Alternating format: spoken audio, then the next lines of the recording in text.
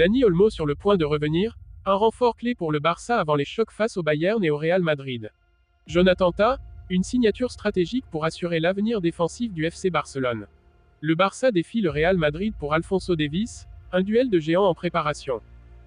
Avant de commencer, si c'est la première fois que tu passes ici, donc je t'invite à t'abonner, c'est gratuit, ça prend 2 secondes et ça fait plaisir, merci beaucoup à toi. Inscrivez-vous dès maintenant avec le code promo AX-199 804 et profitez d'un bonus d'inscription jusqu'à $200 sur votre premier dépôt. Ne manquez pas cette offre exclusive. Activez votre bonus et commencez à jouer avec un avantage dès aujourd'hui. Dani Olmo, la recrue tant attendue du FC Barcelone cet été, est sur le point de retrouver les terrains après une absence frustrante depuis la mi-septembre. Arrivé en Catalogne pour environ 50 millions d'euros en provenance du RB Leipzig, il représentait le seul véritable coup de l'été pour un Barça aux finances toujours sous pression. Un choix certes audacieux, mais nécessaire, tant son profil créatif et polyvalent promettait d'apporter un souffle nouveau à l'attaque barcelonaise. Dès ses débuts, Olmo n'a pas déçu. Connaissant déjà plusieurs membres du vestiaire catalan, notamment grâce à ses exploits avec la sélection espagnole lors de l'Euro, son intégration s'est faite naturellement. Il a rapidement impressionné par sa vision du jeu, sa capacité à combiner efficacement et sa compréhension tactique du système de jeu de Hansi Flick. Un début d'aventure freiné par la malchance. Cependant, la dynamique de Dani Olmo a été brutalement interrompue à la mi-septembre lorsqu'il a été victime d'une blessure musculaire lors d'une séance d'entraînement. Un coup dur pour le Barça, qui comptait énormément sur ses qualités techniques pour donner un nouvel élan à son secteur offensif. Avec ses absences prolongées et celles de joueurs cadres comme Pedri ou Frenkie de Jong, le Barça a dû jongler entre les blessures et les ajustements tactiques. Mais selon les informations récentes du quotidien Sport, l'espoir est de retour.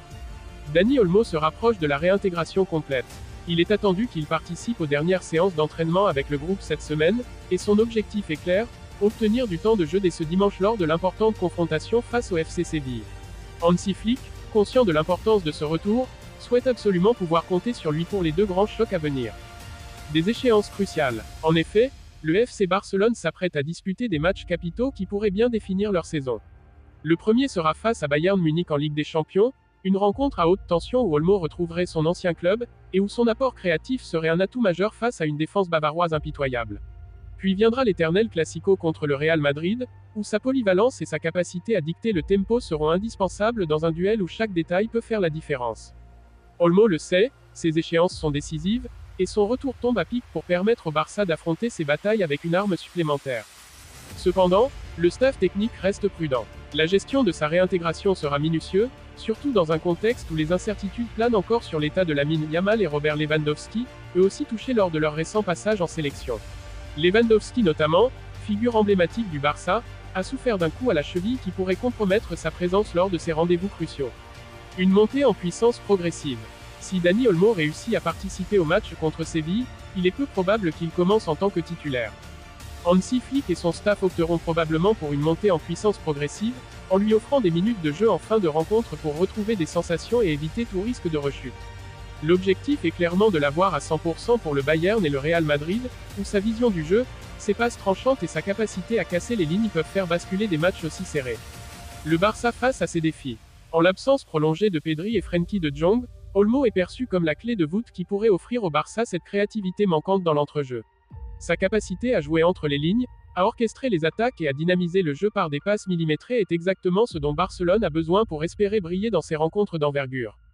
Dans une équipe encore en quête d'automatisme, particulièrement dans un contexte financier restreint où le recrutement a été limité, le retour de Dani Olmo apparaît comme un véritable soulagement pour les supporters et une opportunité pour le Barça de retrouver son élan.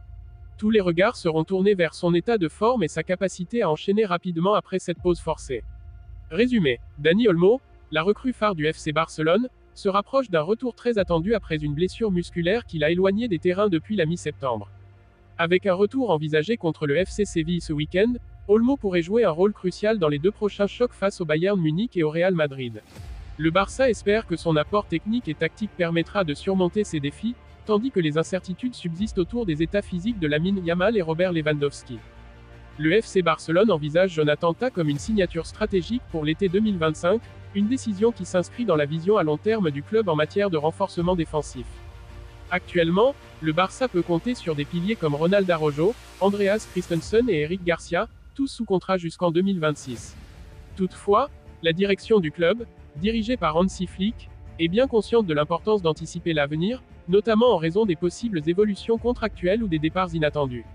Inigo Martinez, qui a rejoint le club récemment, reste une solution fiable dans l'immédiat, mais son contrat expire en 2025. La direction craint que son âge avancé, 33 ans à ce moment-là, et la pression constante de la Liga et des compétitions européennes ne commencent à peser sur ses performances. En ce sens, le besoin de solidifier la défense devient crucial. Jonathan Tah, défenseur central imposant du Bayer Leverkusen, a été identifié comme un profil parfait pour assurer la continuité et apporter de la profondeur à l'effectif. Sa stature physique, son expérience en Bundesliga et son potentiel à devenir un leader naturel dans la défense sont autant de facteurs qui séduisent la direction sportive du Barça. L'équipe envisage que l'intégration de Tah offrirait une rotation de qualité et un concurrent direct pour une place de titulaire, notamment aux côtés d'Araujo, dont le leadership et la capacité à évoluer sur plusieurs fronts en font un atout majeur. Tah pourrait aussi profiter du style de jeu du FC Barcelone pour évoluer en tant que défenseur complet, particulièrement dans une équipe qui privilégie la possession et le jeu de passes courtes depuis l'arrière. Ce recrutement serait également un geste stratégique en vue de l'avenir, avec l'incertitude qui pourrait entourer les prolongations de contrats de Christensen et Garcia. Le Barça ne souhaite pas se retrouver en difficulté à l'approche de 2026, et Tah, avec sa solidité et sa maturité, pourrait être l'un des éléments clés pour éviter une potentielle crise défensive. De plus, sa venue pourrait créer une saine compétition au sein de l'équipe, un facteur important pour maintenir un niveau élevé de performance. Si le Barça parvient à conclure cet accord, Tah pourrait incarner la nouvelle génération de défenseurs centraux à Barcelone, garantissant stabilité et robustesse pour les années à venir, tout en assurant une transition en douceur lorsque l'ère des actuels titulaires prendra fin. En conclusion, l'idée d'attirer Jonathan Tah au Camp Nou n'est pas seulement une question de renfort immédiat, mais une stratégie claire pour solidifier l'avenir défensif du club, tout en maintenant la compétitivité à court terme. Le feuilleton Alphonso Davies s'intensifie alors que le FC Barcelone, loin de jeter l'éponge, entre dans la danse pour arracher l'arrière-gauche canadien au Real Madrid.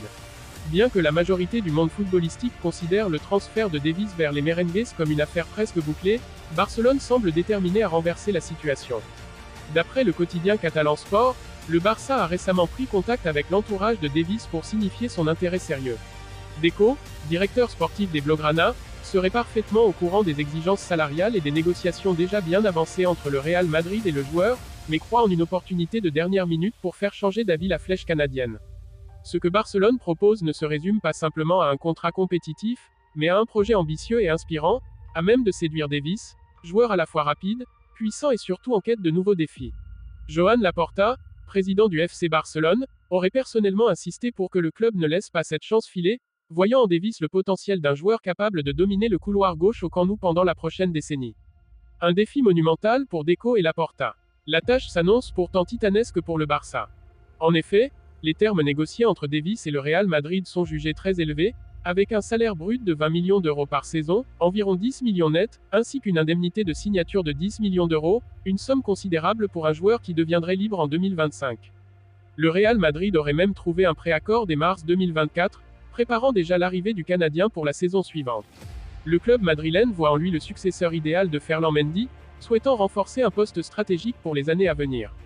Mais Barcelone refuse de baisser les bras. Le club catalan, toujours en quête de recrues de classe mondiale, est convaincu que l'aura du club, son style de jeu attractif et la possibilité d'évoluer sous la houlette de Hansi Flick, nouvel entraîneur du Barça, peuvent convaincre Davies de revoir sa position. Flick, qui a connu des affrontements intenses contre le joueur lorsqu'il était au Bayern, voit en lui un profil clé pour son projet à Barcelone. Davies séduit par l'Espagne, mais indécis. L'international canadien, très apprécié en Liga, aurait déjà montré des signes d'intérêt pour un déménagement en Espagne. Il connaît bien les deux géants espagnols et leur culture. Cependant, la perspective de rejoindre le Real Madrid, qui plane depuis plusieurs mois, reste séduisante. En privé, Davies aurait confié à des proches que le prestige du Real, avec ses récents succès en Ligue des Champions et son histoire, ne le laisse pas indifférent. Barcelone a toutefois un argument de poids à jouer, offrir à Davies non seulement un rôle de titulaire indiscutable, mais également la possibilité de devenir une figure emblématique de l'équipe, dans un projet en pleine reconstruction. Le Barça mise sur une nouvelle génération de talents, et Davies pourrait en être l'un des leaders, accompagné de jeunes prodiges tels que Lamine Yamal et Pedri. Les mois à venir décisifs. Alors que le mercato hivernal approche, les négociations entrent dans une phase critique. Davies pourra officiellement signer avec le club de son choix en janvier 2025, laissant quelques mois aux Catalans pour tenter de faire pencher la balance en leur faveur. Si le Real Madrid part avec une longueur d'avance, la résilience historique de Barcelone sur le marché des transferts ne doit pas être sous-estimée. Un dossier à suivre de très près, car si le FC Barcelone parvient à voler Davies sous le nez de son rival, ce serait non seulement un coup d'éclat sur le terrain, mais aussi un coup politique majeur dans la bataille des géants espagnols. Pour l'instant, Alphonso Davies reste en position d'observation, pesant les offres et les promesses, alors que le roc du football retient son souffle.